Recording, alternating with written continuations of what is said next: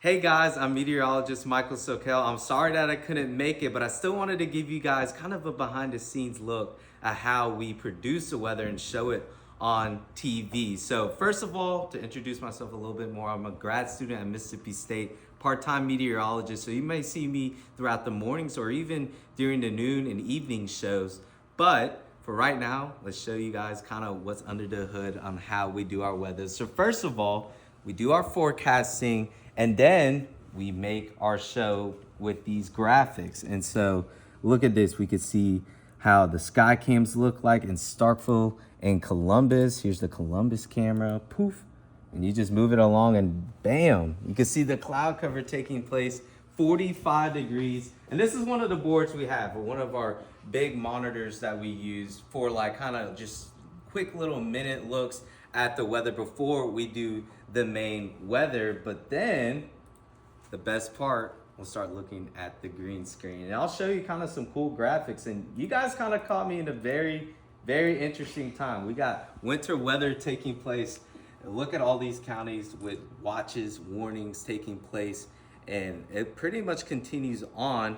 There's our precip. This is talking about where areas we see rain, areas we're thinking we're seeing snow and freezing rains out in that purple. And so it's a big time that we're preparing. This is Friday as we're going into Saturday and Sunday. Here's a graphic about preparing, and then we'll go to the fun stuff with the green screen. So follow me along. And here is the green screen. You're wondering, where do I look at this stuff? You were just seeing the screen earlier. Where is it at? How do you just see that? You just envision it?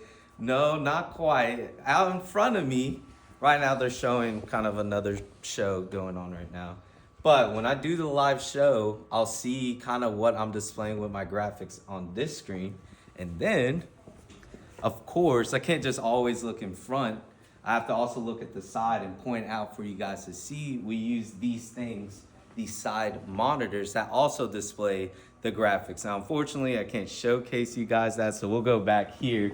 But here is that future cast I'm talking about, kind of just outlining what we're seeing overall. So this is going into Saturday morning, wintry precip taking place, snow for our far northern counties, sleet, freezing rain, otherwise just south of that. And then things get pretty intense after noontime on Saturday. That's when things grow out a lot more for our area as this low pressure system or storm system really builds in, bringing in moisture. We still have a lot of that cold air. It's gonna make things, unfortunately, a mess to deal with. And it will continue on as we head throughout Saturday, going into Sunday. Look at that, all that rain, all that freezing rain, wintry mix taking place, continuing all throughout Sunday. So, Michael, talk to me Sunday real evening. quick about your remote right here. So this is Yes. what you use when you're on the green screen. And what does it do? So this is what makes me go forward and back. So if I press this green button, the play button, boom, it allows me to keep going the extra frame for my show. If I go backwards, it'll take me back the graphic that I was previously showing. And how do you make these graphics? Do you look at science and math to determine your numbers? Or like where do our weather and meteorologists get all their forecast numbers? So what we do, we go to this side monitor over here, this computer, and we look at a lot of models. Now, during school, all the math and science, we take a lot of calculus, physics. Ooh. It's really hard, unfortunately. Like in school, it's like you're figuring that out at hand, and you can understand why we put it in models because it's very intense math work. But we look at these things, these models, that really helps us kind of define what we're looking at. And then I'll show you something really cool. This is like the upper level patterns that we look at, that these models take from weather balloons that the Weather Service launches, and then they ingest that data from all the atmosphere, the dew points, the temperatures they take, and put it in these models. So then it can paint us a picture on how we're seeing. So a lot of the real stuff we're looking at is stuff that looks like this, that isn't like the friendly, clean stuff. It's a lot on how the jet stream works and other parts of that So y'all are looking at charts and numbers, and then you're putting it in a way that our viewers can understand on Correct. TV. Yes. So, Michael, what would you say is your favorite part about meteorology? My favorite part, well, I just love just the weather in general. When I was a kid, essentially knew I was going to be a meteorologist. Like when I was in kindergarten and my teachers were like, hey, Michael, what do you want to be when you grow up? Everyone was like, fireman, this, police officer. I was like, no, I want to be a meteorologist. I didn't even know how to spell it back then. And I just love like just watching kind of storms form and just events take place. And it's really interesting. And when I was younger, I had a really bad tornado outbreak happen where I live in Birmingham in 2011, and kind of seeing how the weathermen really stayed up the whole time, making sure the community was safe, and even helped me because I was like 8 years old. And I even called my dad because I was listening to the weatherman, knowing where my dad worked at in Bessemer, where this big tornado in Tuscaloosa was tracking towards.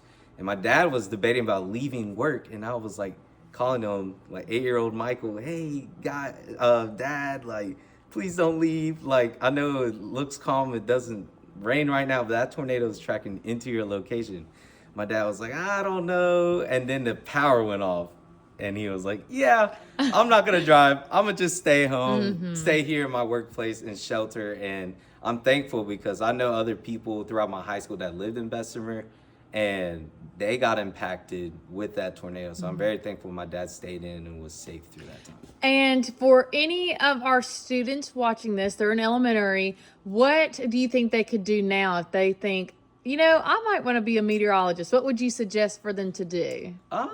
I would say for elementary, I mean, you guys are pretty much living at a fun time where just go out and explore. Like, That's a good a lot of one. times when I was younger, if it was raining a lot, now don't go out in like a thunderstorm where there's lightning and you hear boom, boom and all that. That's not safe. But like, let's say it's raining and you're very interested, go out, play in the rain. I always like to act like the weather people just to kind of start getting the vibe of how it's like to kind of tell people the weather. And then I also just watch us at WCBI and other TV outlets and kind of just understand, okay, that's how it looks like. And you get more knowledge on how the weather stuff works. And then it gets even cooler from there, and you can build on how that weather takes place. Well, that's it for the video. And I'm so glad y'all were able to join us here. And thank you after all.